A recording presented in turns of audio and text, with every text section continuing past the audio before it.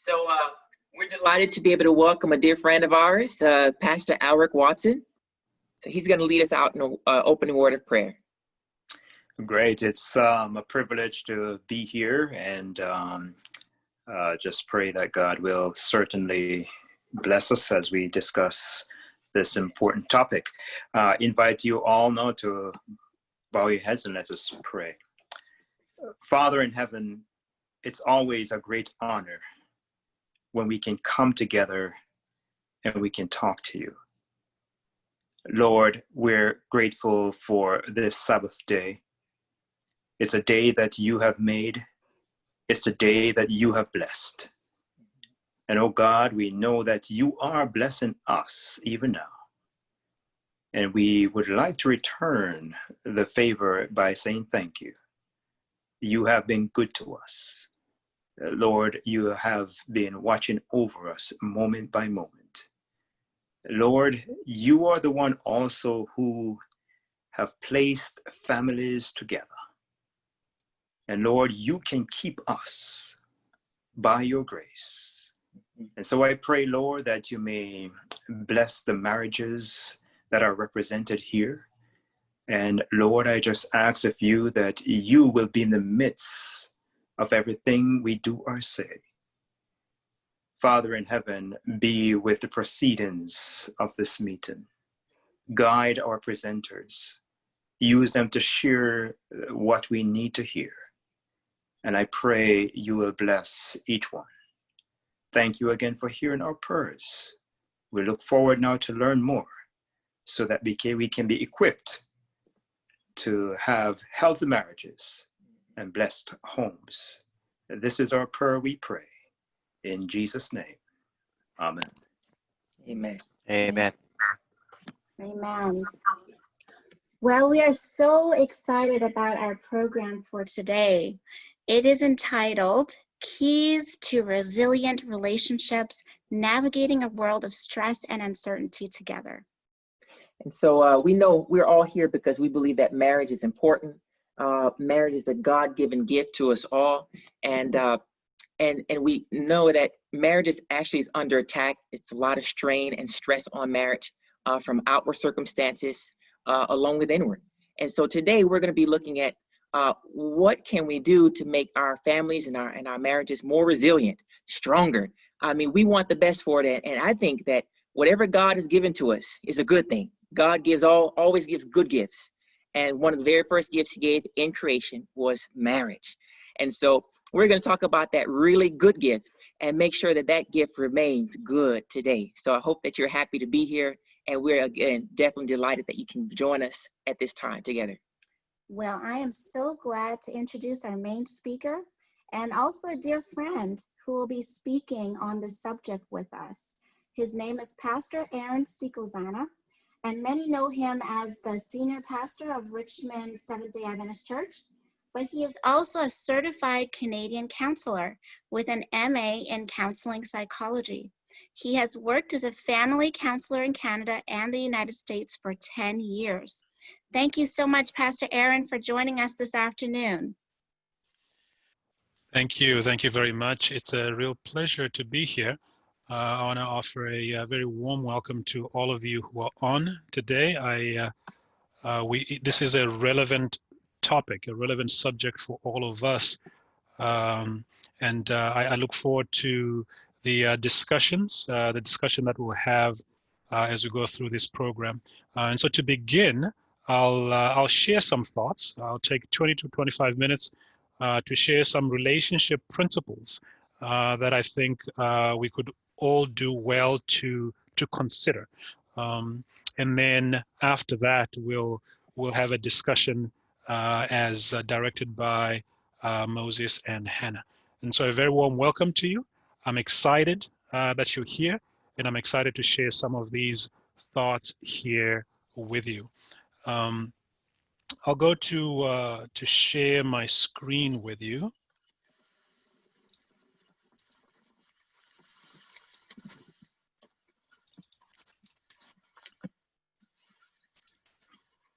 Just give me a minute here, please.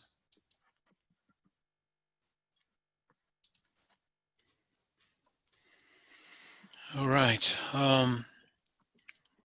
So keys to resilient relationships. We're living at a very stressful time, a time where we're receiving reports of just stress, signs of stress on families and on marital relationships. In fact, there is the expectation that in the coming months, that family court will be quite busy, regrettably. We're living at a time here where there's a burden of stress that is hanging over all of our heads, and we're coping the best we can. But we're finding that many of us are too often finding themselves not at their best. And so this is the context in which we're having this discussion. And I believe that the relationship principles I'll be sharing here and that we'll be discussing later are relevant for this time. And so what we're sharing here is important for the family and for all relationships. Is really applicable to all relationships, even though the focus today is going to be primarily on the marital relationship. And so keys to resilient relationships. Let's get started then, shall we? We'll begin with the scripture reading from the book of Matthew.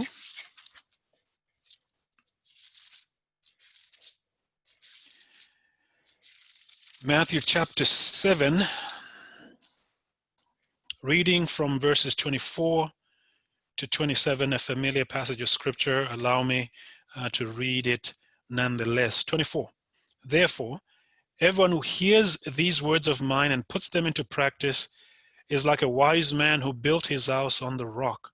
The rain came down, the streams rose, and the winds blew and beat against that house, yet it did not fall, because it had its foundation on the rock. But everyone who hears these words of mine and does not put them into practice is like a foolish man who built his house on sand.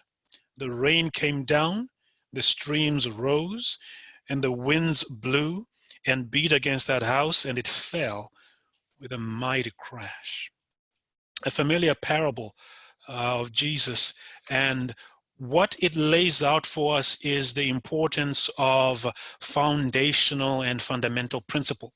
If we're going to build a house that can withstand the storms of life, it's got to be founded and based on sound principles.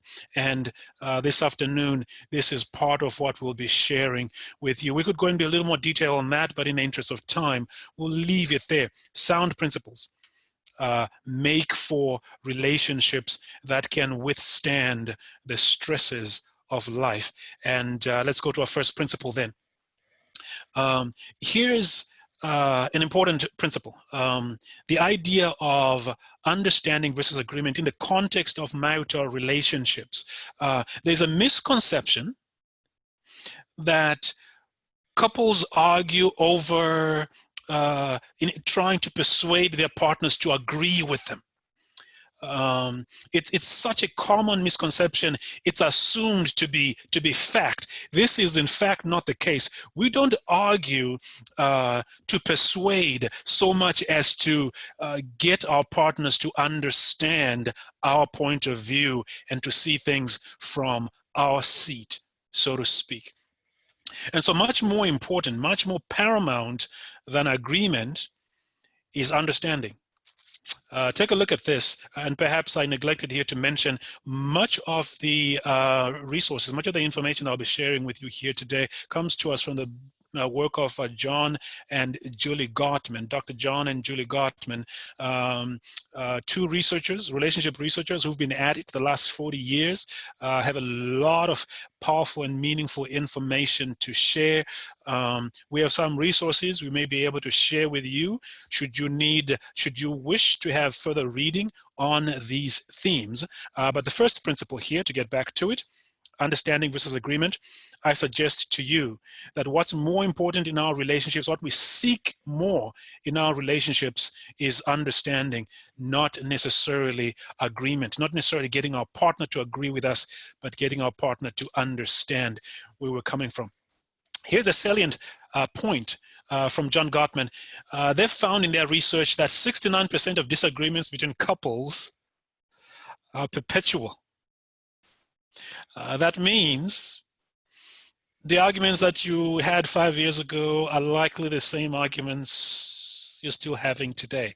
When arguments erupt between couples, we're usually fighting over the same things because 2/3 of our disagreements are perpetual. Here's a takeaway from this is that conflict resolution is really a misnomer. That in the context of relationships, if we're looking for resolution, we're not doing ourselves any favors. That the reality is a more accurate description of what we're looking for here is conflict management. Much of what we disagree with is going to continue to be a point of disagreement. The question is, how do we manage it? Right? Let me give you an example. So if he was a slob when you married him, he's probably not going to become a hyper-conscientious neat freak anytime soon. So don't try to keep changing him into that, because he's never going to become that. That's going to become a perpetual conflict. What we need to be looking for instead is, how do we manage that so that he's less of a slob, shall I say? But he's never going to become what he was not when you met him. He was 20-something years old, maybe 30-something years old when you met him, and now you're trying to engineer a conversion that is going to take you a lifetime, right? 69% of disagreements are perpetual. When it comes to bathroom tissue, over or under, 69% of disagreements are perpetual.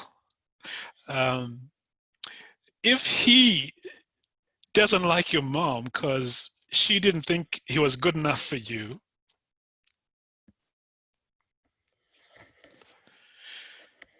resolving that issue may be a little bit far-fetched. What we're shooting for here, perhaps what's more achievable, is management, right? You need to be respectful to my mom. You need to show up to family functions. You can't avoid the family. You got to present in a certain way. But the emotions may be much more difficult to get at or to resolve, but the hope is if we manage it successfully, they might change over time, right? And so speaking here about understanding versus agreement, we're not looking for agreement. We need to be shooting for understanding. If our partners understand us, we can work together to find reasonable accommodations to whatever the conflicts or disagreements might be. But if we have set out to have an argument and we're looking to convert our partner to our way of seeing things, that's a moonshot in many instances. So that's the first principle. Is when we're navigating whatever conflicts or disagreements we have in our relationships, let's recognize that what's much more important to each individual is to be heard and understood more than it is to be agreed with. And if we hear them and they hear us, we can fashion reasonable accommodations to address whatever issue has arisen. I hope this makes sense. Because we're going to run on to the next principle here, influence versus control. When we look at those that phrase or those words, we understand instinctively that we're not looking for control. It is that control is not the desirable thing, that at least we can't say it out loud. But too often in our relationships, we try to assert control over those we're in relationship with instead of accepting or settling for influence instead. Take a look at this from the work of Dr. John Gottman. He says partners can only be influential if they accept influence. In fact, he addresses this mostly to husbands because he says women tend to do a better job accepting the influence of their sort of partners, right? And so if their partner says, you know what, I don't quite like that dress. Or the way I think this is a better fit for you. I think you look really, really good in this dress for this occasion, or whatever it is. Women are much more amenable to sort of accepting that kind of influence, not control. Not you can't wear that, wear this, but I prefer this, right? Women are much more amenable to sort of adjusting and accepting their partner's influence than men are, right? And what they've found is that relationships that are stable and strong tend to have a high occurrence of acceptance of influence, one partner by the other, right? Really, really important. And so we're looking here for influence, not control, right? And that means if I say, I'd rather not do that, that's a strong enough signal my partner takes it seriously. Right? Because if I go beyond that and try to assert myself too strongly, then I'm violating all kinds of boundaries. And guess what I'm going to get? I'm going to have my backup. I'm going to get my partner to put her back up. And now it's a tug of war, right?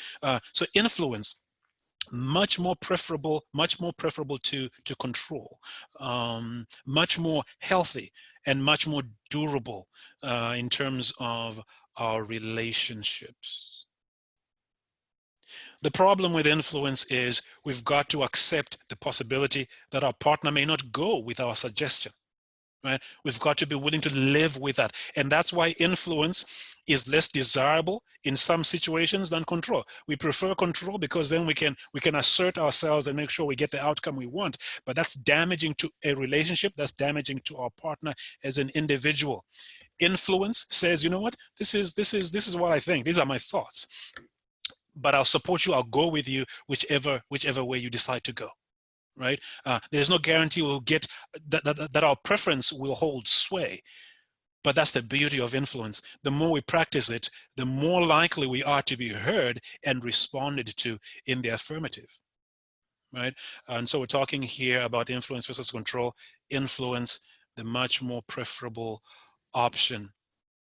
Dr. Gottman says here, when it comes to relationships, if one partner is winning, then both partners are losing. When it comes to your relationship, who's winning? Hopefully the relationship is, because any other answer means the relationship is losing. Both of you are losing. Accepting influence, a very important principle. How about this one? Next principle, individuality versus uniformity.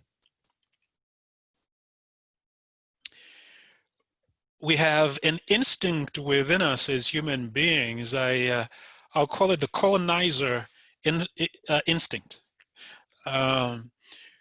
It's so much easier to deal with people who speak the same language, see things the same way, dress the way we do, that when we get into relationships or we get married, we want to colonize our partners, right? We want to turn them into someone altogether as we are, right? And so we brook very little dissent or disagreement, because isn't life easier when people agree with us? It is indeed, for a while, until you get a rebellion on your hands, right? As every empire, colonial empire, has found out sooner or later. So also in relationships, much more healthier and preferable to allow people to retain their individuality even in the context of relationship, without my taking up too much space. Because if and when I take up too much space, I'm creating an imbalance in the relationship that will lead to a reckoning sooner or later. So mind your boundaries. In your relationships, mind your boundaries. Just because she's your wife doesn't mean she's no longer an individual with a mind of her own, perspectives and opinions of our own, mind your boundaries. And so seek to influence, but be careful not to cross the line, right? And crossing the line means, might look something like this. And so this is perhaps a Venn diagram that sort of illustrates a healthy, balanced relationship. You've got two parties here, you and me, and you've got a significant portion of overlap between these two parties. But take a look at this here. To the left and to the right, you still have the individuality of each person intact.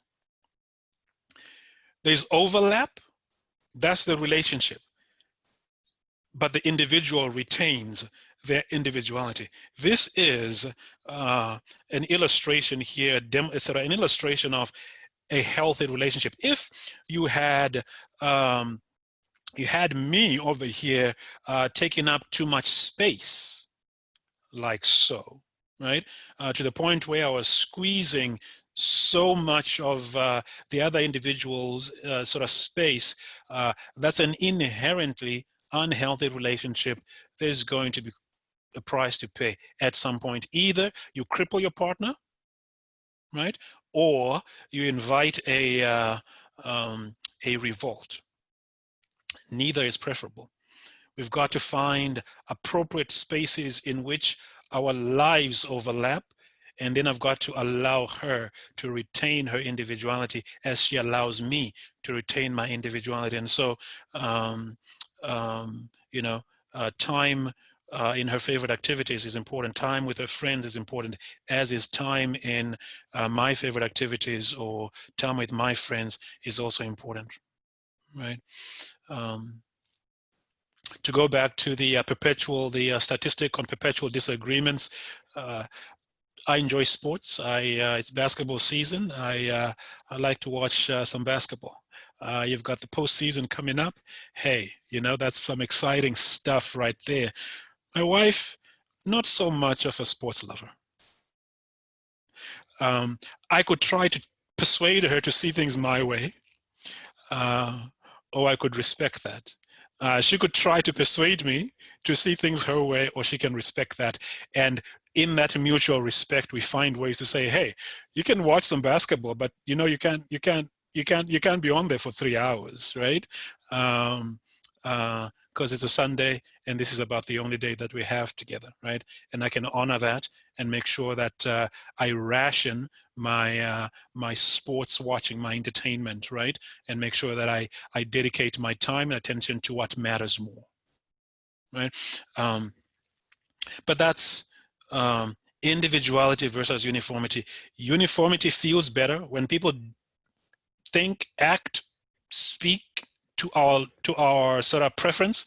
They agree with us. It's easier. But anytime you have two individuals with two thinking minds, you're going to have a disagreement, and that needs to be honored and respected. It's not a bad thing at all. At all. All right, let's go to principle number 4. Tolerance versus intolerance. Principle number 4, tolerance versus intolerance. Proverbs 14:4 says, where no oxen are, the trough is clean, but increase comes by the strength of an ox. This is an agricultural analogy. Where no oxen are, the trough is clean, but increase comes by the strength of an ox. If you go back to biblical times, and it is still the case in many parts of the world, in fact, that the ox is the engine of production. Cultivating and food production is dependent on the strength of the ox. How many of you have ever been to a cattle pen? Cattle crawl, as the case might be. Moses, I see you there, and I see maybe a few other people. How clean is the cattle pen, Moses? A lot like a pig pen. A lot like a pig pen, that is correct. But take a look at this, is Cattle are not neat or clean, but they are strong, and they help agrarian societies in some sectors of the world, especially in the past. They help produce food, right, for your sustenance. And so you've got an animal here that has the strength, the brute strength to help you feed your family, but it's a little bit untidy, or quite a lot untidy. Do you accommodate the untidiness? Yes, you do. You live with it, you know. In fact, you learn to love it, right? Because you appreciate what this ox brings to the table, so to speak, right? In fact, I know people will use, in these societies, in these cultures, will use cow dung as manure or as fuel, right? It's using a waste product that can otherwise be considered dirty, using it for your benefit. In addition to the strength of the ox, now you're using a byproduct to further enhance your living, right? You're using it as manure and as fuel. Here's my point. You're never going to love everything about your husband, but you've got to keep your eye on what he brings to the table. And what he brings to, if you remember what he brings to the table, you'll be able to tolerate and to accommodate for the vulnerabilities, his weaknesses, his challenges, his struggles, right? There's still room, even with those, for management, right? But I'm not going to define a good husband who works hard, who watches out for his family, who is an involved and engaged dad. I'm not going to define him on whatever his vulnerabilities are. Maybe he's not as great at, name it, right? And so the ox provides strength to help feed the family, but there's weaknesses. If you remember its strengths, you can tolerate its weaknesses, if that makes sense.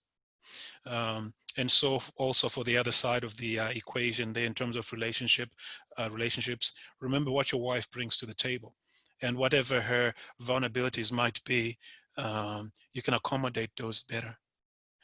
If I might share here from personal experience a little bit, I love my wife. She's listening in the house somewhere. I hope I don't get in trouble for saying this, but I tend to be very time conscious. I don't like being late, especially not being late for church. Sometimes my wife wants to change into several different dresses before she settles on what the right one is. Early in our marriage, I completely understand you, Eden. Amen. Early in our marriage, I used to get worked up over that, you know. We're going to be late. We're going to be late for Sabbath school. Until we would wind up driving to church, not on speaking terms, because we got into it Sabbath morning.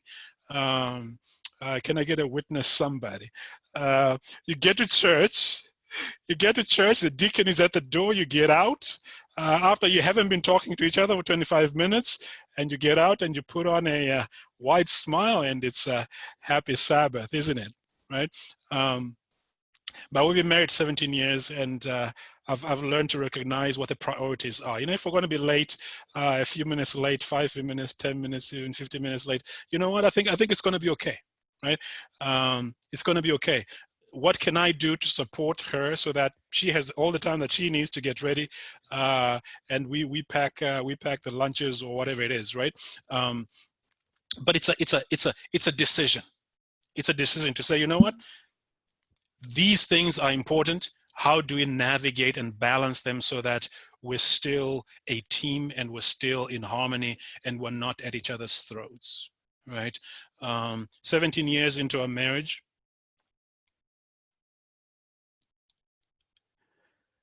we're not fighting over or arguing over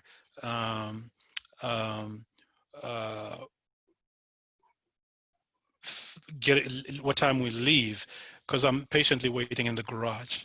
Amen, Eden? All right. All right, here's the next principle. I think this is principle number 5. We've got just one more after this. I know this has taken longer than I expected, but let me try to wrap up here real quick. Trust versus mistrust. Do you trust your partner? And what makes for trust in relationships? Here's another statement from the Gottman Foundation. Betrayal exists, they say, in every relationship. Often the betrayals accumulate like small dents. Other times they arrive like a sudden crash. The question of how you answer the question of trust versus mistrust depends on what your experience in that relationship is. It's really the answer to the question, will you be there for me? And the answer to that question is based on whether you've been, how consistently you've been there for me to this point. I'm going to play a brief video packed with information. Please watch. Or ask what's on their mind. Imagine you hear your partner let out an exasperated sigh. In that fleeting moment, you have a choice. Keep going about your day, or ask what's on their mind. We need more volume, Pastor. Can't hear the volume.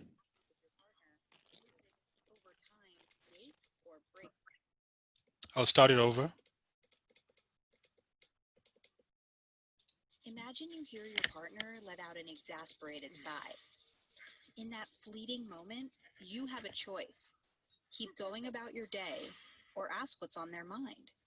These small, daily crossroads may seem insignificant, but the choices you make while interacting with your partner could, over time, make or break your relationship. The sigh is what relationship researchers Drs. John and Julie Gottman would call a bid for connection. Bids can be small or big, verbal or nonverbal. We can choose to turn towards our partner in these moments and accept their bids, or turn away from them and ignore their bids. The Gottmans have spent the last 4 decades studying thousands of couples to answer the question, what separates the relationship masters from the relationship disasters? They found a critical difference in how each type of couple responds to bids for connection. In these moments, masters turn towards each other 86% of the time. Disasters turn towards each other only 33% of the time. A tendency to turn towards your partner forms the basis of trust, emotional connection, passion, and a satisfying sex life. When couples break up, it's usually not because of big issues like conflict or infidelity. More often, it's a result of the resentment and distance that build up over time when partners continually turn away from bids for connection. So take a page from the Relationship Masters Playbook. Notice when your partner makes a bid. Show interest. Ask questions. Nod. Listen, and put away your screens. Choose to turn towards your partner.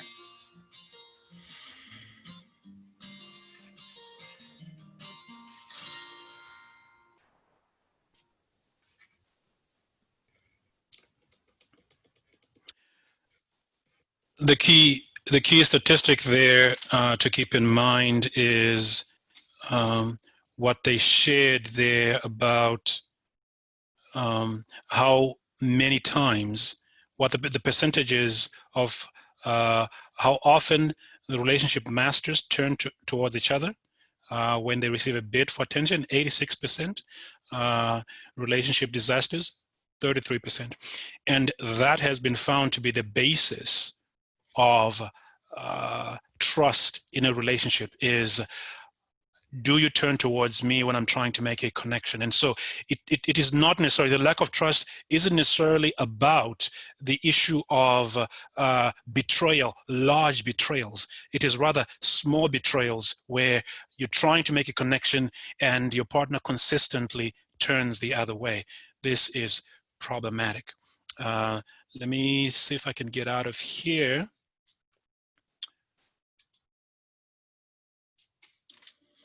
If you manage a team, you have to try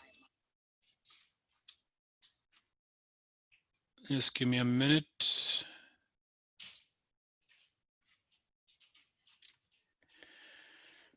All right.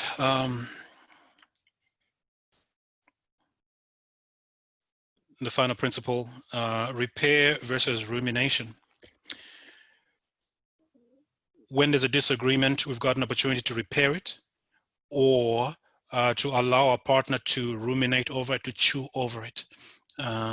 Repair is much better than rumination.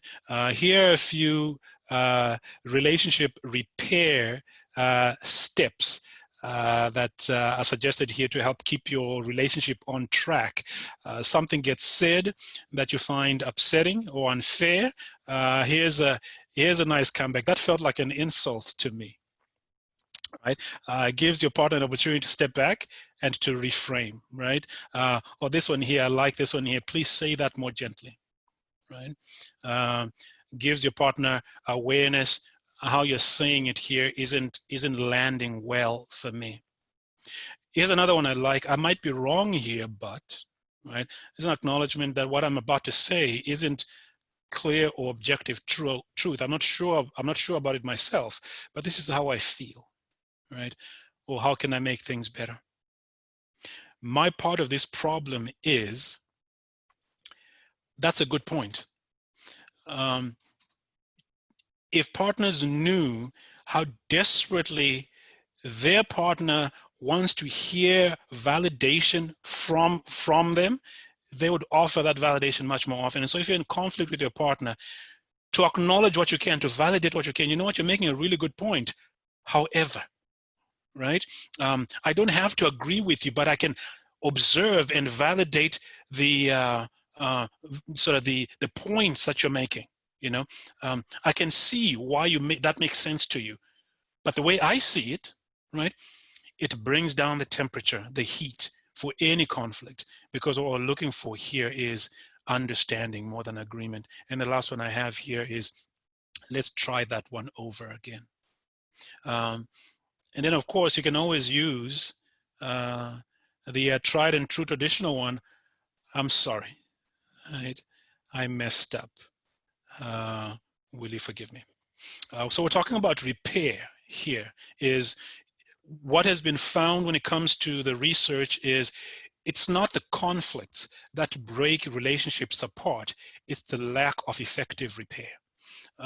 You could have a big old argument. If the repair is good, you're going to be okay. In fact, research has found that intimacy, emotional closeness is increased by well-managed conflict, not the avoidance of conflict, but well-managed conflict. When you have a conflict with somebody, you can even attest to this. Many of you may be able to attest to this if you look at your relationships, generally speaking. You may have had a conflict with somebody at work and you worked it through, and at the end of it, you were closer you were closer together than you were at the beginning, right? This is true of relationships too, or personal relationships. When we manage our conflict well, we actually become closer. So conflict is not the issue. It's how we manage it and how we repair. If we do those two things well, we're going to be okay. 6 principles here for your consideration. I hope some of it was something made sense to you, something that you can use in your relationships. Thank you so much for your kind attention. I'll throw it over to Hannah and Moses for the discussion phase of our seminar today. Hannah? Thank you so much, Pastor Aaron, for that very, very good information. And I just want to encourage everyone, you're still welcome right now to share your questions or comments. You can write them in the chat box. And or if you'd like to write them, you know, you just want to direct it privately, you can direct it to Darcy, and he'll be the one to share with us after the 5-minute interlude that we're going to have shortly. But Pastor Aaron, you talked about influence and our ability to influence each other. What would you say to someone who says, you know, you married me this way, you can't change me now, you gotta be happy with what you got? What would you say to someone who says that?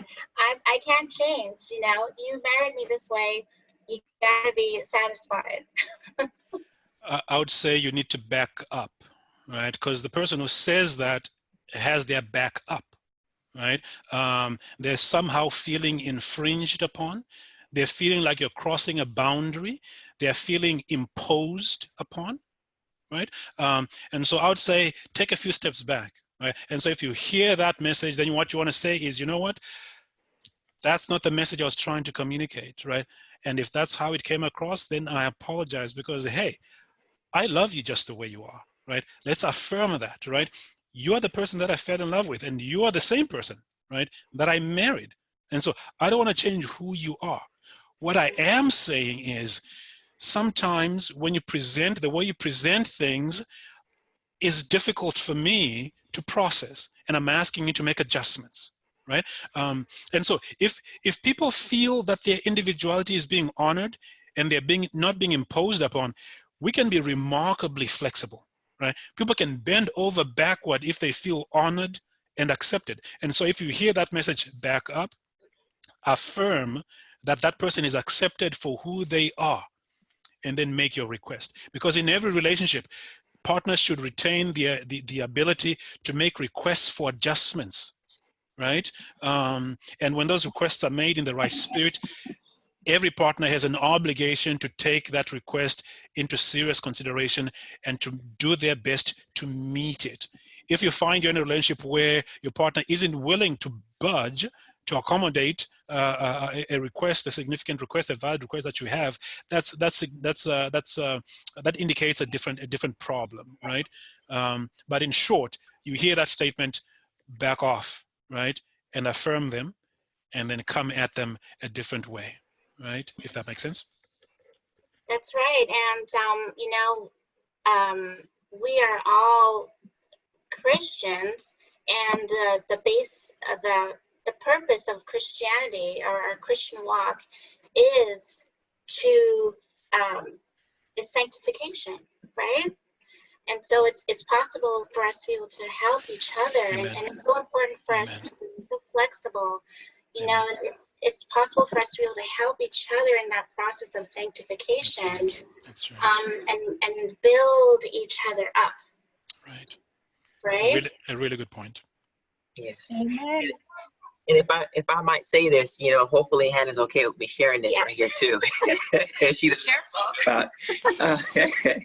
But I know, like, you know, many of us here, before we perhaps, you know, married the person that we're with, or maybe started dating the person with, we may have had a list, whether it was written or unwritten, as to what we're looking for in a prospective partner.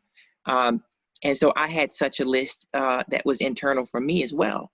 And one of the important things for me in looking for a spouse years back was health. You know, how do they care for their bodies? Because when I say I do at the altar, my concern was that I don't want you to pass away 2 or 3 years after marriage.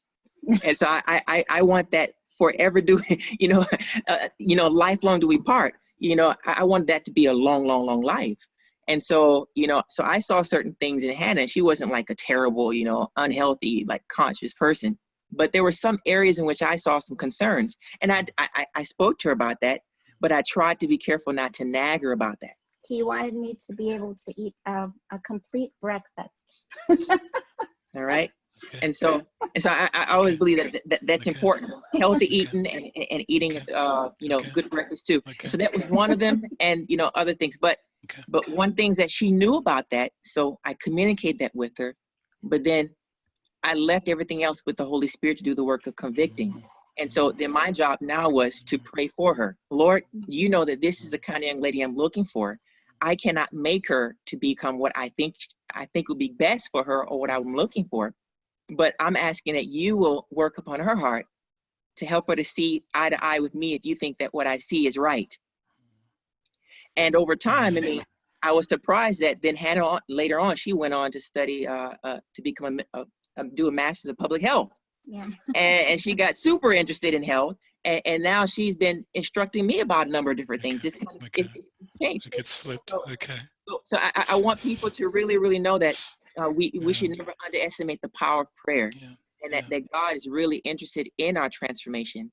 He's interested in that he can bring about conviction home to people and our partners in a way that we cannot, that may come across as nagging, and not appreciating a person and what they value. And so just acknowledging that prayer is important.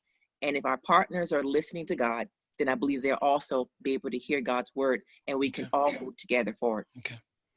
Excellent points. Thank you for sharing that from your personal experience, Brother Moses. I think the key thing there that you both did for each other was you respected each other's autonomy, right?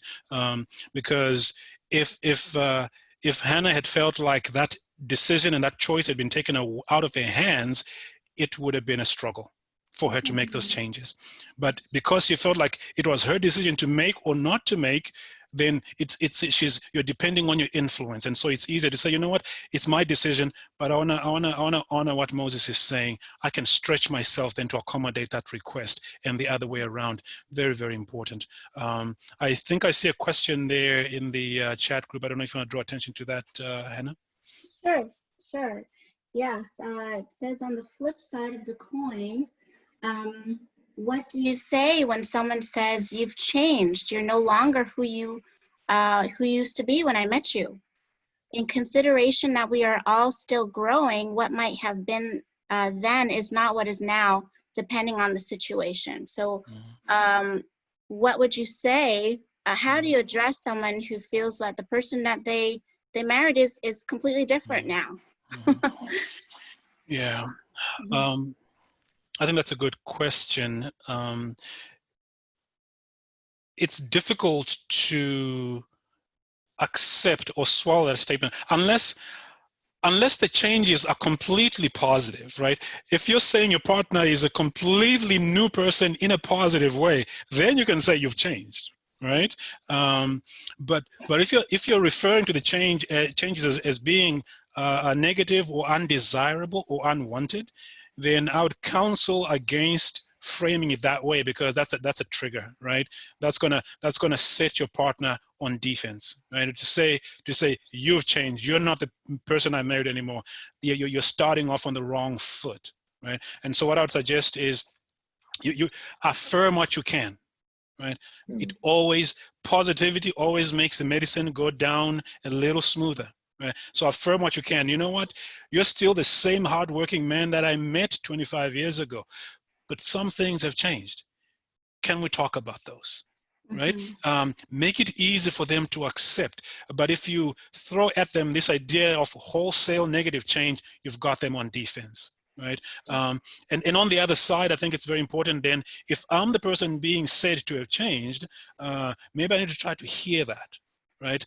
Can you be more specific around what areas you see me having changed, right? Because I don't think I've changed. But the first thing, the most important thing to have the discussion, you've got to bring the temperature down. And the way you do that is not to make a broad statement that somebody has changed, is to affirm the positives and then say, hey, there's some things that have changed that I think have changed, and I'd like to talk about those, right? Make it easy for them to receive. Hannah? And I'd like to make a point that the truth is change is inevitable. And your partner may have changed, but you know what? You probably have changed as well, because life changes us. We all evolve, and we really need to, and that's it's a healthy thing for us to evolve and to grow. You know, our characters grow. You know, a lot of people, they might start with a career early in their life, and then they change careers completely, you know, later on in life. You know, I noticed that, you know, myself, I have changed. When I was younger, people who are here in this group know that when I was younger, I wanted only to focus on my career. I didn't want to have any children. And then I got married, and, you know, I had, you know, my own children, and my priorities have completely changed. Now I just want to focus on, you know, most of my time on them and raising them. And I've really put my, you know, career and my own ambitions, you know, on the back burner. And I did not know that that's how I was going to change. But life changes us, and You know, I think that's a part of love, you know, loving in the good times, loving in the bad times, loving even the new you, you know, the changed or the evolved you. Yeah, I think those are good points and a great illustration from your personal experience there. I would add this here that it is possible to have changes that a partner might consider deal breakers, and so you're speaking about changes in the positive there. You know, if your partner was hardworking and conscientious when you married him, and he's not that anymore, he wants to stay home and watch CNN all day, that's problematic, right? Changes around honesty, around openness, around attention, that kind of stuff. These are changes that a partner may consider to be significant and serious, and a discussion needs to be had around those if the changes are happening in that direction, to be fair. Pastor Aaron, I have a question for you too. In one of the keys that you mentioned about individuality and uniformity. So my question is, like, how can that person who has given up their individuality start taking back some of that individuality in a proper, balanced way? What would be some good baby steps for them to once again practice good, healthy individuality once they have given up so much already? Yeah, that's a complicated situation, because usually when somebody gives up their individuality, it's because it's being demanded of them, right? And so that usually means you're in a relationship with somebody who is uncompromising in terms of what their demands upon you are. And so it makes it very difficult. Very few people are going to give up their individuality voluntarily and willingly. That's just not in our natures, right? But if you have a partner that's demanding that, then breaking free from that is difficult to do without support.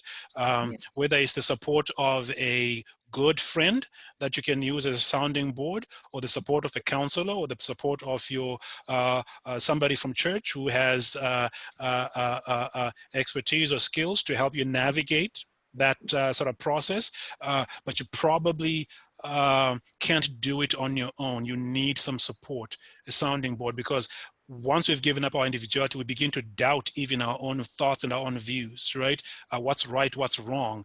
We've got somebody else's voice in our head, and we can't distinguish between what we want, what our values are, and where the limits and the boundaries should be. We probably need support, and to seek support in that way, I think, is the first and most important step that I would suggest, Moses.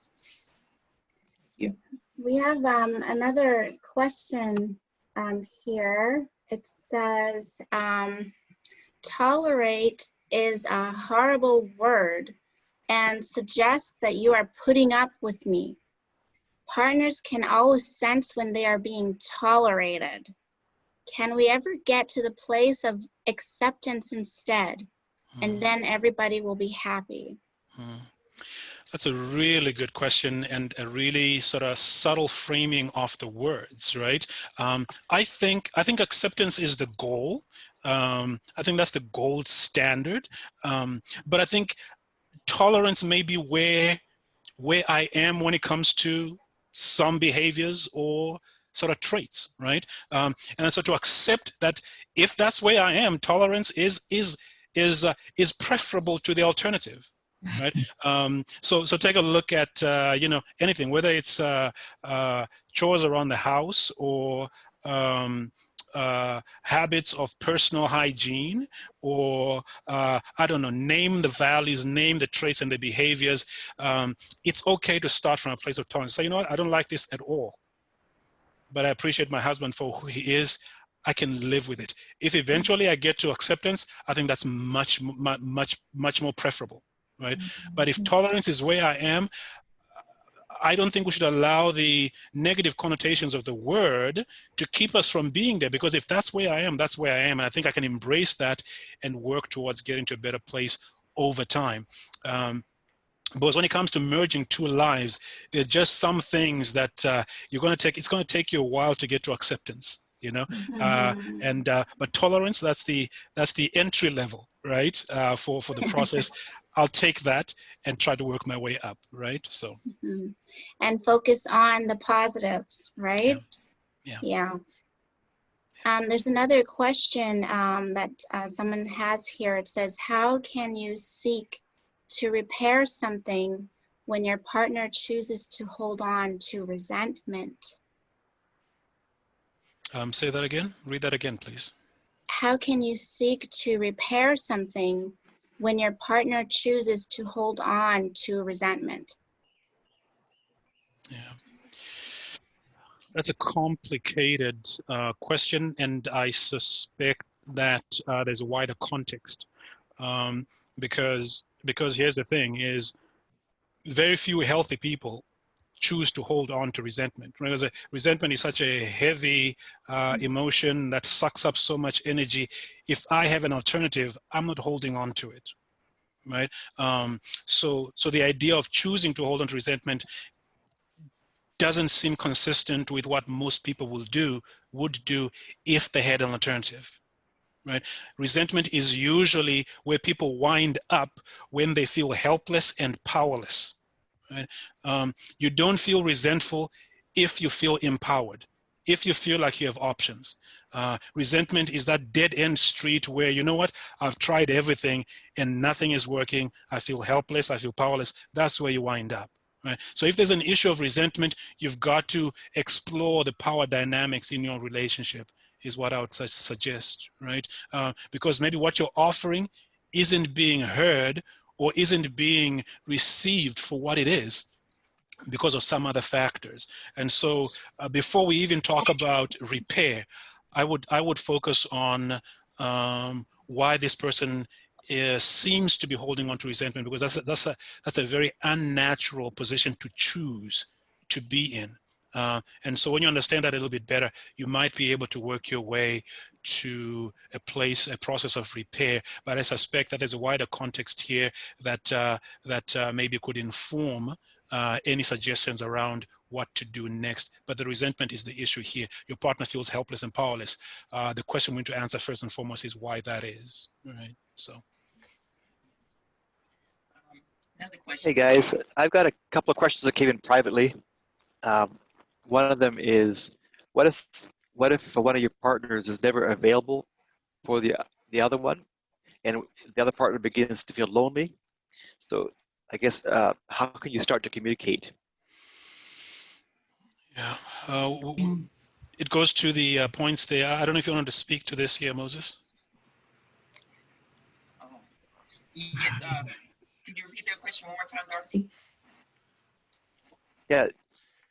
How does a partner start to communicate that they are lonely? The other partner is never available for them. Okay. So my thought there is that, of course, the person is not there often. I guess the big question would be as to why isn't the person there, and what's causing the person not to be there and available, and to try to find a remedy there. I think, first of all, I don't know if it's going to be work that the person is not home or not available, but for whatever the reason why the person is not there, try to understand that, and especially if they're outside of the home and they're not available because they're supposedly doing something to support the family, acknowledge that, like Pastor Aaron's already mentioned. You know, I think of my household, you know, my father felt like the sole way of showing that he loved the family was by being a breadwinner, by working. It wasn't a connection as that I need to spend time with you in order for me to reveal or show to you that I love you. So people do have different love languages. And I think it behooves us to be in a place where we can express to our partners how we like to be loved, how we feel loved and appreciated, because sometimes it's hard for our partners to actually know that. And sometimes it's even hard for us to discover that for ourselves. And so I think that we have to appreciate the person for what they are doing, but also it's in our place to actually communicate with the person the little things that they do for us that we really appreciate. And so kind of praising, and this is my humble opinion. So look at the things that they are doing that you really appreciate, and every opportunity that you have, praise them for what they are doing that you really appreciate. And hopefully they're going to get the hint. There's a cheerleader saying, hint, hint, keep doing that, keep doing that. These are things that are very important. Mm-hmm. But if there's still things that are still deeply burdening you, I think that it would be proper to communicate about that. But expressing to the person what they have done, appreciating for who they are, but also what they do to you, and how they, how they treat you, how that means a lot to you. And if they can continue doing such and such, that means so much more to just filling up your love cup.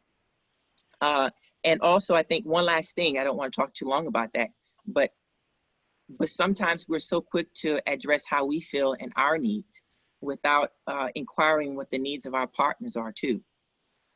And so that might be a proper opportunity to have a couple gathering to say, hey, let's talk about if our needs are being fulfilled and met. Let's talk about, how we feel about our relationship that's going on right now, and how can I serve you better and where you are.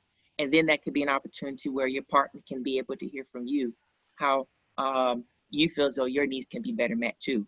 Pastor Aaron, I leave it to you. I don't know if some things might have been accurate here. Yeah.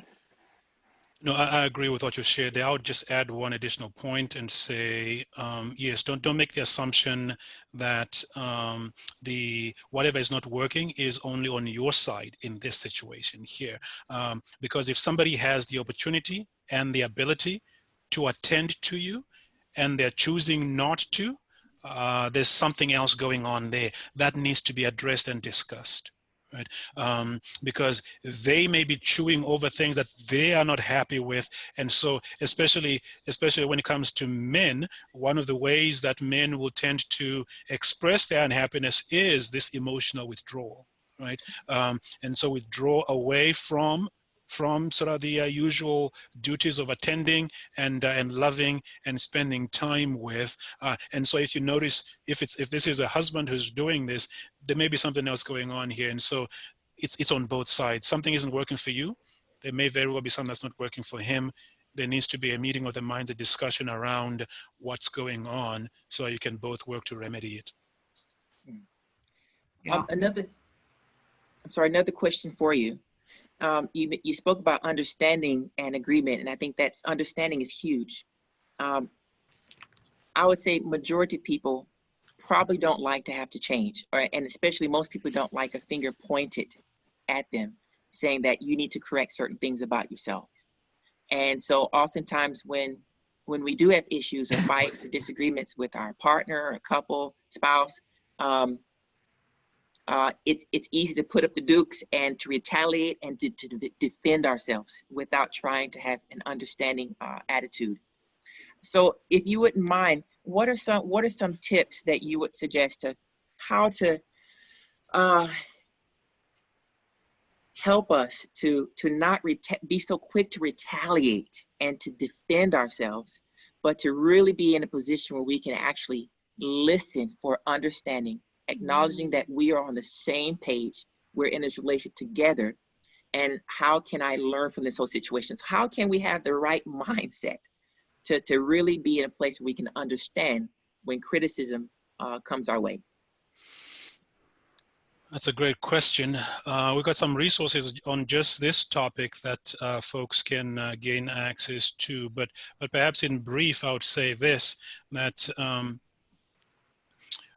we don't put up shields or walls or fall into a defensive sort of fighting stance when we feel safe. Right. And so if you experience your partner as defensive, you've got to take a look at the context in which you are having this conversation, because people don't get ready to defend themselves unless they feel attacked, or if they're feeling safe, they don't do that. Right. And so what that means is there's a responsibility to be thoughtful about how I bring up feedback, right? Gottman, John and Julie Gottman call it the soft startup, which might go something like, "Hey, I want us to talk about something, but before before we do, I want you to know that A, B, C, or D." Right?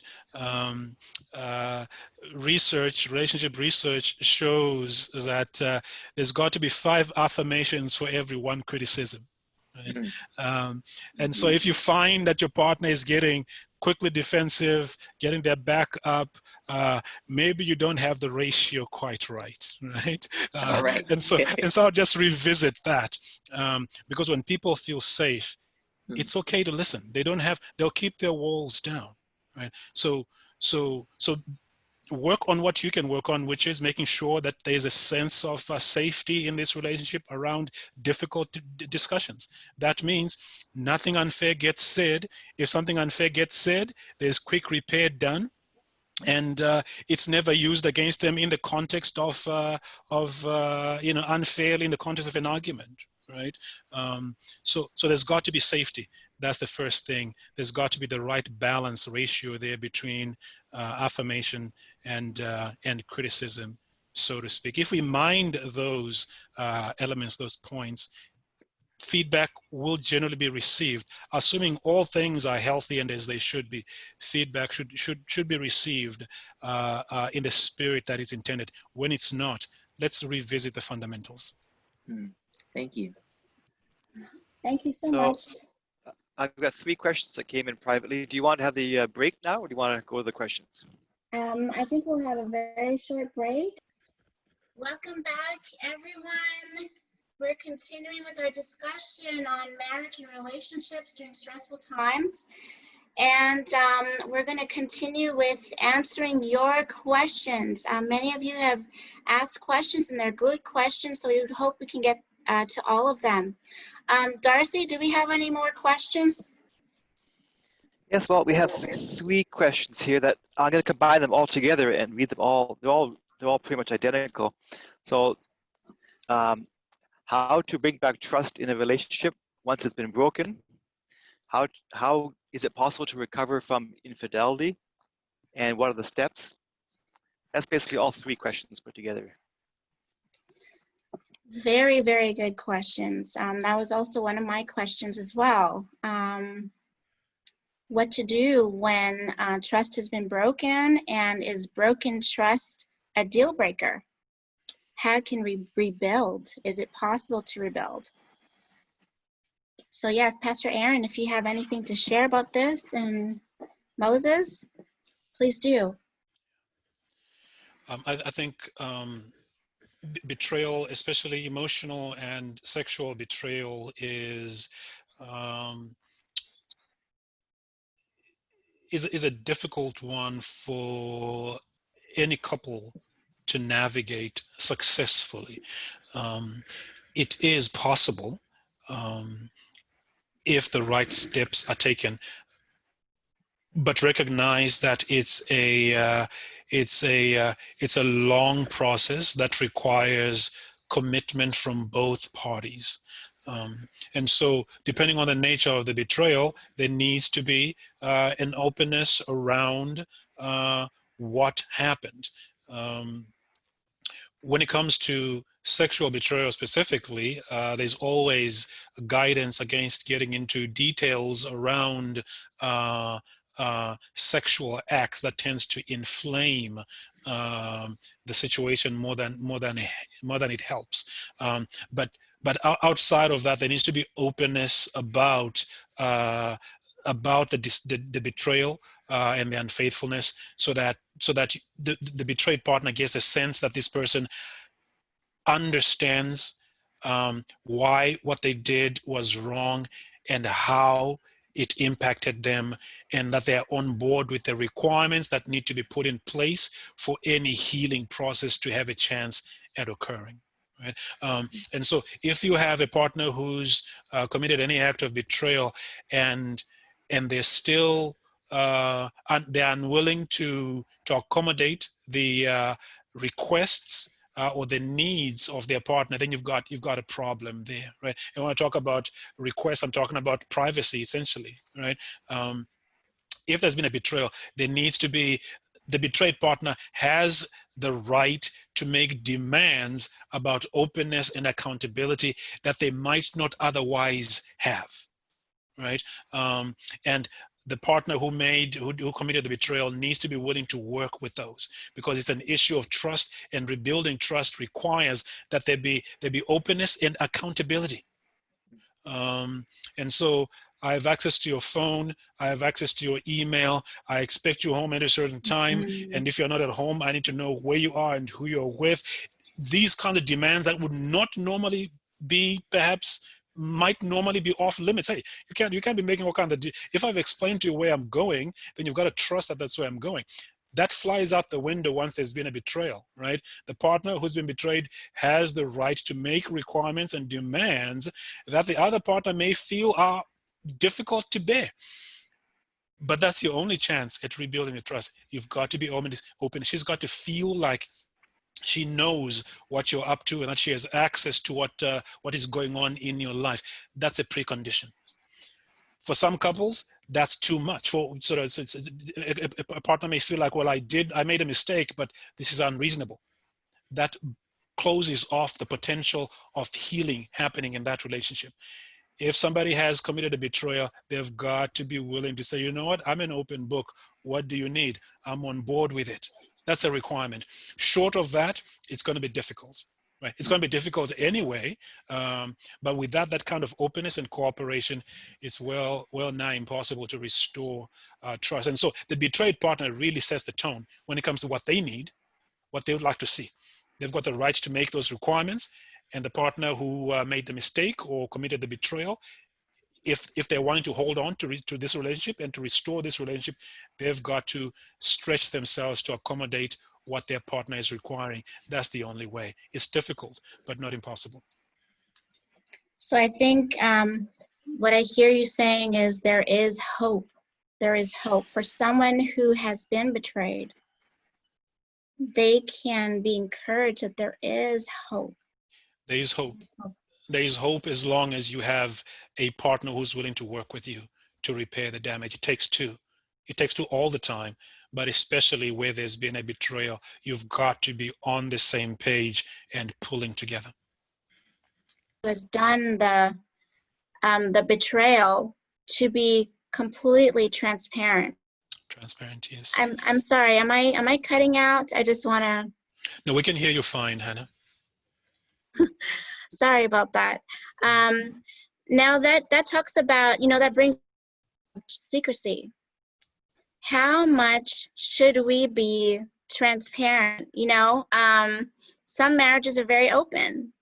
Moses and I are very open with each other in the beginning. I mean, no, now. But in the beginning, before we got married, we had a serious disagreement. And Moses wrote a message in a card to someone, and he didn't want me to see it. Just to mind you, this is not a message to a young lady or a secret admirer. This is my milk right here. Okay. All right. Thank you, Moses. So I wasn't jealous or anything, but for me, I just thought that I was offended, and I just thought I saw it as a sign, as he doesn't see me as close as a friend as I thought we should be, and so I was offended, but I didn't realize that he was so used to keeping his intimate and very personal thoughts to himself all his life, and he wasn't used to opening up the inner workings of his mind to someone else to the extent that I was looking for. So we worked it out, and we have an agreement now, and we're very open. Sometimes he needs his space, and when he's done with working things out on his own, then he'll share with me what he'd like to share. But secrecy can really be an issue of contention in marriages. Some relationships are based on you have your corner, I have my corner, and we don't trespass in each other's corners, and some relationships, it's basically, truth, you can't handle the truth. And so they withhold certain truth in order to not rock the boat, or to keep the peace, But we also know that transparency builds trust and it also builds intimacy. And yet there are certain things that maybe we want to keep only between, God and me. And, we think for the sake of the marriage, I just want to keep this truth, even if it's something that's negative or something that can impact my marriage, I want to keep it to myself, in order not to rock the boat. So how transparent should we be with our partners? I'm curious to hear from Moses on this one. Having navigated a relevant experience, we'd like to hear from you, Moses, if you don't mind. I do mind.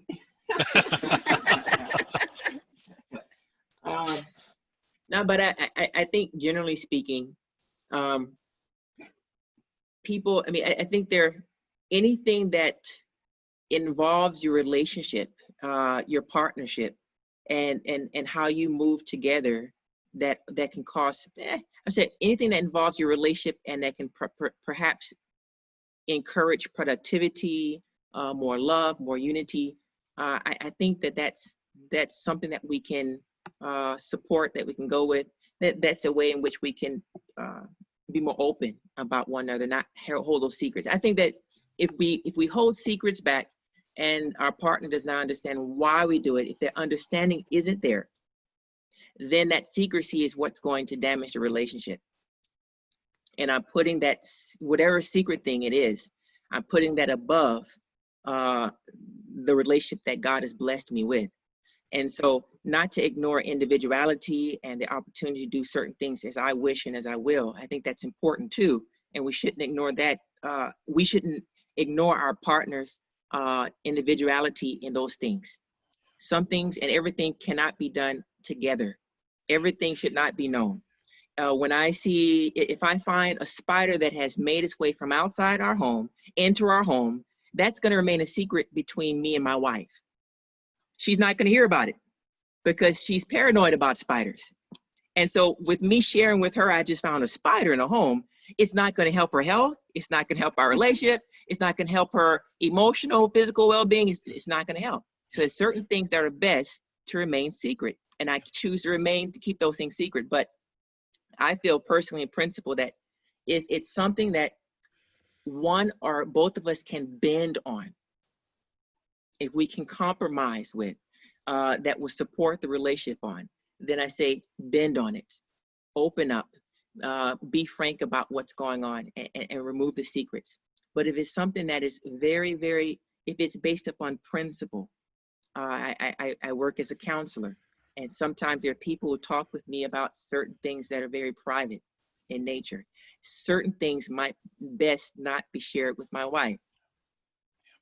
I think that's well put, and I'd endorse what you shared there.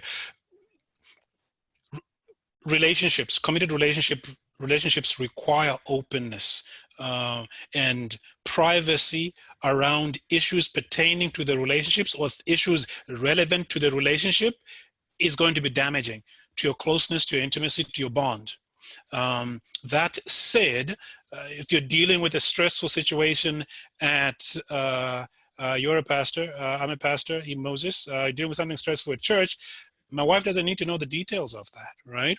I can let her know I'm dealing with something, right? Working through something, but she doesn't need to know the details of that. It's not germane to the relationship, right? She can find ways to support me, but it's not central to our relationship. Everything that is important and relevant for our relationship, she has a right to know. But extraneous things that are not quite sort of directly connected, if there's a reason for privacy around those issues, there needs to be the flexibility and the sort of freedom to maintain that flexibility. But recognize that when we keep secrets around issues relevant to the relationships, it's going to compromise your bond, your connection. It's just going to do it. Consciously, unconsciously, you pull away. It becomes a wedge and a barrier between you and a partner, depending on what the issue is, but it's not conducive to closeness or to intimacy generally. Yeah. There's two questions came through on the chat, but two came in privately. I'd like to throw one out there right now. It says, all these principles mentioned here can be misinterpreted by some to use it as a reason to engage in unequally yoked relationships. How do we clear this misunderstanding? I think the most important thing to remember here is how we started. We talked about the house that's built on the sand and the house that's built on the rock. If you build on sand, meaning you start out with violated principles, not being on the same page when it comes to basic and fundamental and important principles, it's going to be a struggle. Right? And that applies to unequally yoked relationships. And unequally yoked doesn't necessarily mean Christian, non-Christian, or Adventist and non-Adventist. It means any relationship on which you have a fundamental difference, right? A fundamental difference. There needs to be relative, you have to be on the same page, or at least in the same book when it comes to the most important principles around fidelity in the relationship, around spirituality and the place of God in your home, around parenting and discipline, around your relationships with family members, extended family, in-laws, around finances, around all kinds. There needs to be agreement, otherwise you're going to have problems, right? And so these principles are assuming a context in which folks are equally yoked. Once we go beyond that, we go too close to what Christ describes as building a house on sand. It's going to be difficult to make it stand if we begin with a violation of basic principles, right? And that's a lot of times, you know, when relationships fail, it's usually because of a fundamental disagreement that could have been perhaps caught earlier on in the relationship. I hope that answers that question. Yes. Darcy, you said there's one more question. I know we're about to There's close another out one soon. here. Yeah, it says, how can a couple recover from the resentment of too much turning away? Mm-hmm. I think we note it, we take corrective action, and so you begin to turn towards, and you make a conscientious effort to begin to turn towards. The wonderful thing about relationships, as is the wonderful thing about our physical bodies, is if we've been eating or living unhealthily, once we make changes, our bodies respond, right? So do our relationships. And so you could have been behaving or engaging in unhealthy behavior for years. Once you start to change, your relationship will respond. It's a principle of life. God has embedded it in our very existence. Once we start to attend to these principles, our bodies, our relationships begin to respond as well. And I see Pastor Ulrich Watson has his hand up. Pastor Ulrich, would you like to make a comment? Oh, yes. Thank you for recognizing me there. I thought you forgot about me.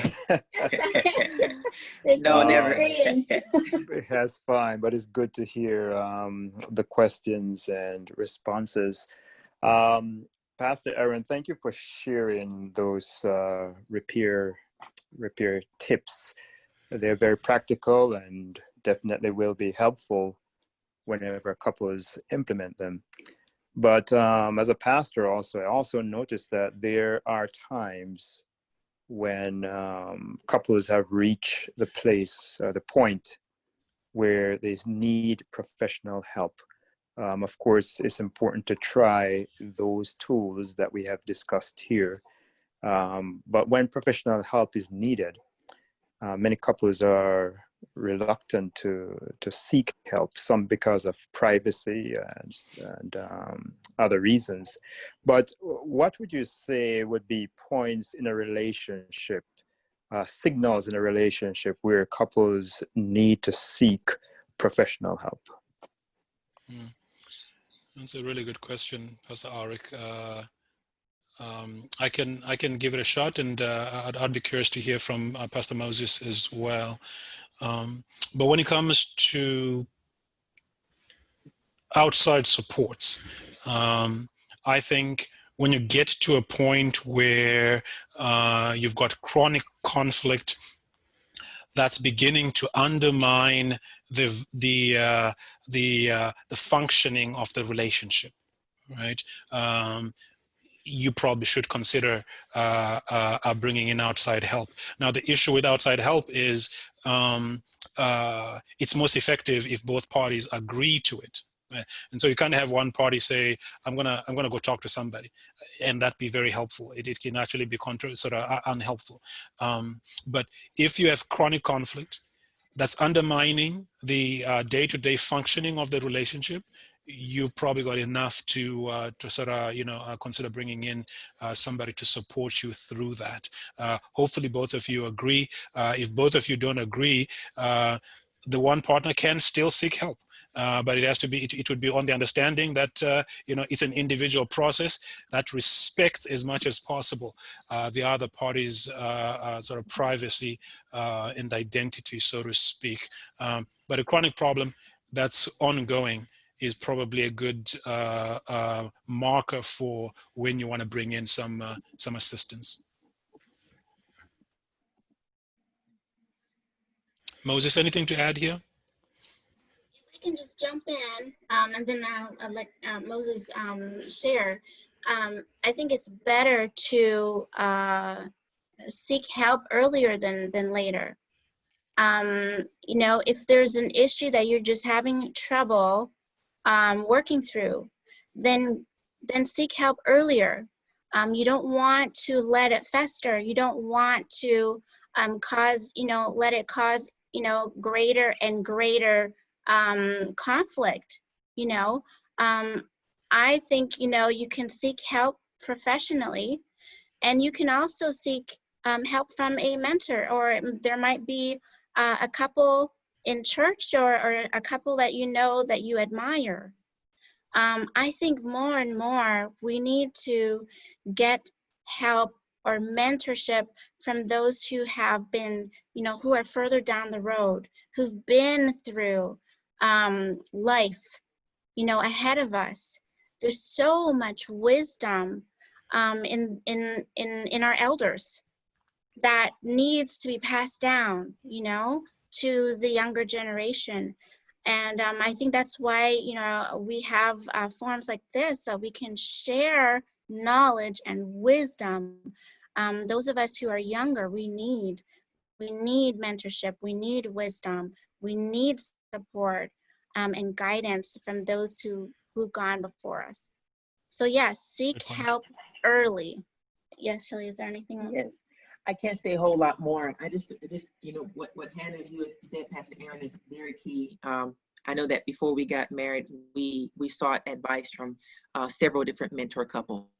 One couple there in the late 80s, right now, been married for over 50 years. They gave us some really good advice.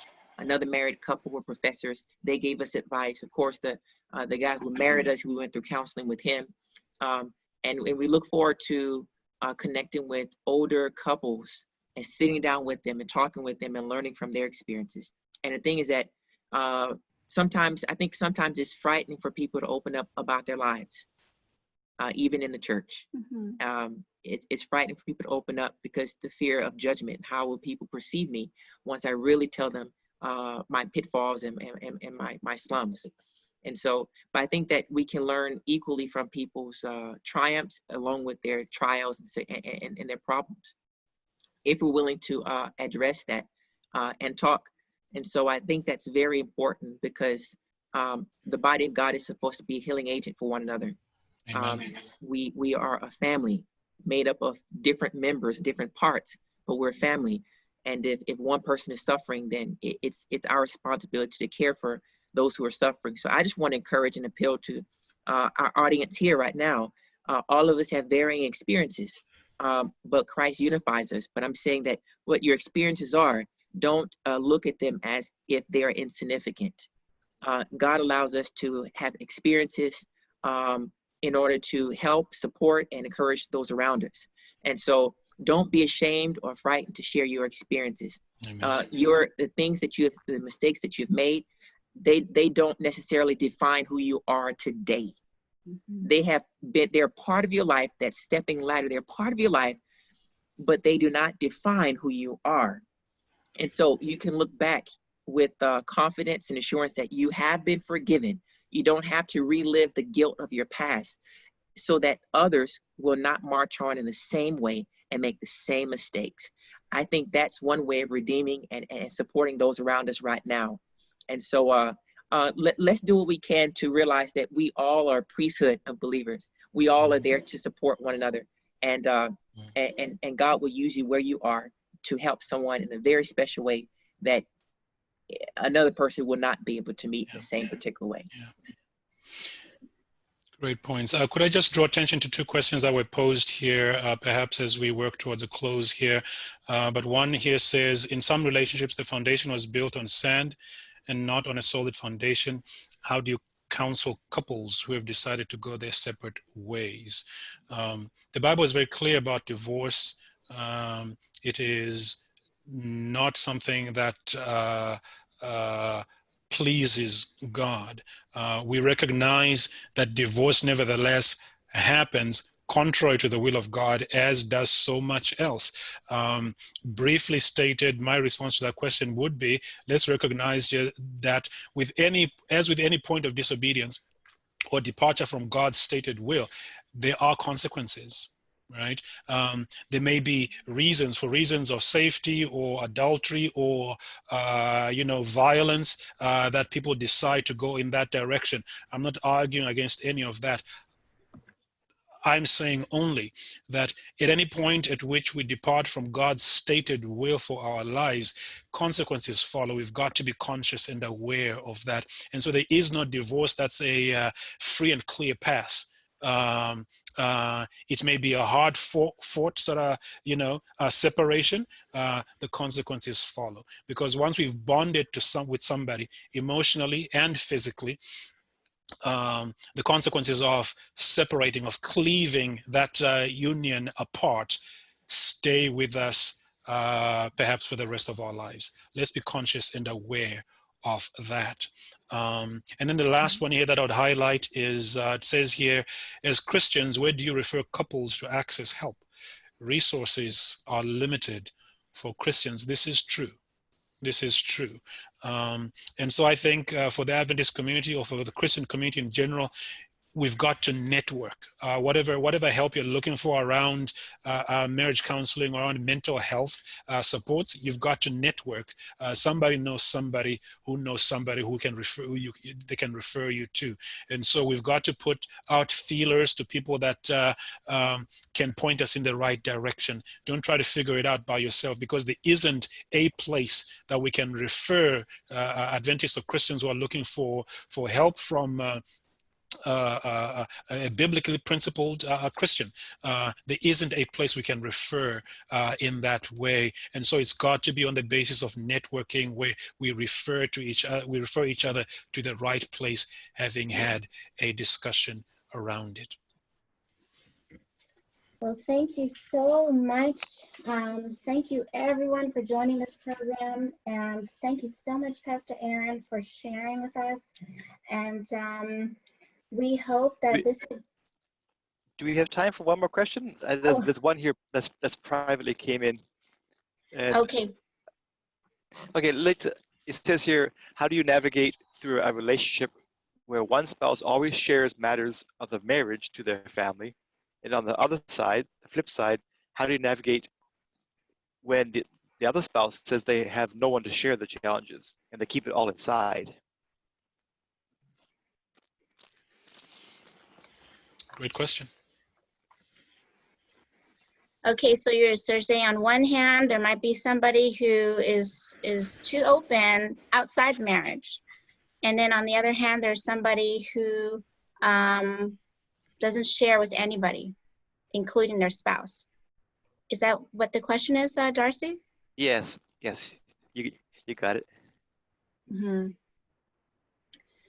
I think when we share outside of the marriage, we are, for one, especially if it's a complaint, then you're really setting up the family member that you're talking to. You're not, it's not really fair for them, because you're causing you're causing them to be prejudiced. And they're only seeing, that's right, they're only hearing your side. So it's not a balanced, they're not getting a balanced perspective on the situation. And you and your spouse might work through that problem, but then your family member has not had the opportunity to work through it, and so they're still prejudiced, and whatever, you know, feedback you're getting from them will be coming, perhaps, you know, you're setting that feedback to come out from a place of prejudice, and that might not be a balanced view. So seeking help and seeking counsel is one thing, but sharing things that are going on in your marriage that are private is another thing, and that is outstepping, you know, boundaries. So what do you have to, anyone have to say anything about that question? Yeah, I think when we get married, our allegiances really need to shift away Yes. from our family of origin to this new unit that we're establishing. And if we go outside of this new unit that we've established and we go back to our family of origin to seek counsel, we're undermining the foundations of this new home. So that's really a violation of principle and a violation of boundaries. You're not setting your marriage up for success that way. If you're going to go out at all to consult or to seek help, it needs to be by mutual agreement. Yes. And it needs to be both of you agree on who to speak to, whether it's a counselor or a mentor or somebody from church or a pastor. It needs to be by mutual agreement.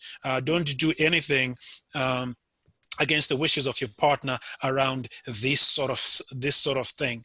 On the other hand, if you have a partner who needs to process things and doesn't have anyone to speak to, that's a problem of a different nature, unfortunately. But I think that also needs to be an issue that's resolved by seeking individual support. Right. And so you're not looking for marriage counseling, you're looking for perhaps individual counseling or individual mentoring, so that you honor the limits and the bounds of your marriage as you seek the help that you need to, right? So beginning to talk to somebody about your challenges and your stressors doesn't need necessarily to go straight to the issues around the relationship. Sometimes it requires support to help build you up so that you can figure out better what your options are moving forward. So you have to be very careful with that.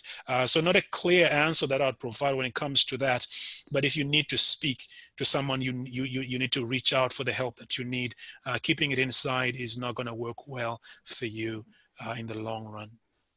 Yes, and just one other thing that you said also before, Pastor Aaron, is that when it comes to trust and mistrust, you said that at roughly around, I might be getting the exact percentage right or wrong here, but around 86% of those well-to-do homes or families, couples, they turn to each other when they're having issues. And about 33% or so of the couples who are not doing well, right, where they're finding mistrust, only 33% of the time, they are turning to each other. And so that means that they're turning elsewhere. Turning away from each other. Yes. And so the biblical principle you're talking about in Genesis, it says to leave your family of origin and cleave to the person that you're with. And so if we spend too much time, and I realize, like you said too, sometimes you need to find some kind of way to find encouragement, to find support, to find education, and so forth and so forth. But if we invest too much time in dealing with our problems with our spouse, with our family, or with friends, then that's damaging the cleaving part of establishing a close ties with each other. Because as you said before, conflict is not the issue, it's how you deal with it. And so we are bypassing a possibility of developing stronger glues and stronger intimacy with our spouses by going outside. And so the encouragement is that as much as possible for people to try to work things out together, and then to get that mentorship, as Pastor Aaron has said, with older or more mature relationships and couples and partners, so that we can be able to get the encouragement that we need and the advice in a healthy place. But I would really encourage, that leaving and cleaving is really huge. And intimacy definitely needs to develop between the partners, and not with our partners and our best friends, our partners and our mom and stepmom and so forth. Right. Thank you very Well much. said. Thank you very much, everyone, for joining our program. We hope that this will be a first in a series of programs that will deal with, various topics that affect regular people like us. I was really hoping that we could get to singles and choosing spouses and that, but perhaps we can deal with, singles in a separate program just for singles. So thank you once again. Pastor Aaron, would you be able to pray for us? Sure. I'll just, before I offer prayer, I'll just make this remark here. There's work involved with maintaining anything that's worthwhile, and so also with our relationships and our marriages. Let's choose to put in the work. It doesn't come easily or naturally sometimes to attend to our partners because they're different than us, but it's worth the investment because there's better health outcomes for happily married couples. The outcomes for our children are better. The outcomes economically are better. The outcomes spiritually are better. There's all kinds of evidence and research out there that highlights just the benefits of healthy relationships and marriages. And so it's worth putting in the work because the outcomes make it worth it. So let's close with a word of prayer. Oh, Father in heaven, thank you so much for your grace. It's been a pleasure spending the last 90 or so minutes discussing these issues, these matters that are so close to our hearts. I pray for your blessing on each marriage represented here. I pray for your blessing on each family represented here. I pray for your blessing on every church that's represented here as well. We're fallible, we're flawed human beings. We want to do better. Help us, dear God, to be better husbands, to be better fathers, to be better children, to be better friends, to be better children of the kingdom. Abide with us now. Dismiss us with your blessing. We ask this in Jesus' name. Amen. Pastor Aaron has prepared some resources, and all you need to do is just send me an email. I posted my email in the chat box, so you can send me an email and I will forward all those resources to you. Thank you once again. It was a pleasure having this discussion with you, and please stay tuned for to further programs in the future. Thank you. Bye-bye.